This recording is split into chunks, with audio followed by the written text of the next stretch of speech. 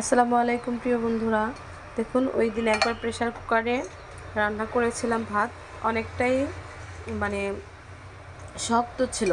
তো আজকে দ্বিতীয় দিন ট্রাই করলাম, করার পরে দেখলাম যে না, মাশাআল্লাহ অনেক সুন্দর হয়েছে ভাত, একদম খুবই সুন্দর হয়েছে। আর অনলি আমার 5 মিনিটে প্রেসার কুকারে ভাত হয়ে গেছে। তো হচ্ছে যাদের হচ্ছে গ্যাস সিলিন্ডার, তারা যদি এইভাবে রান্না করেন তাহলে গ্যাস অপচয় অনেকটাই বন্ধ হবে, অনেকটাই।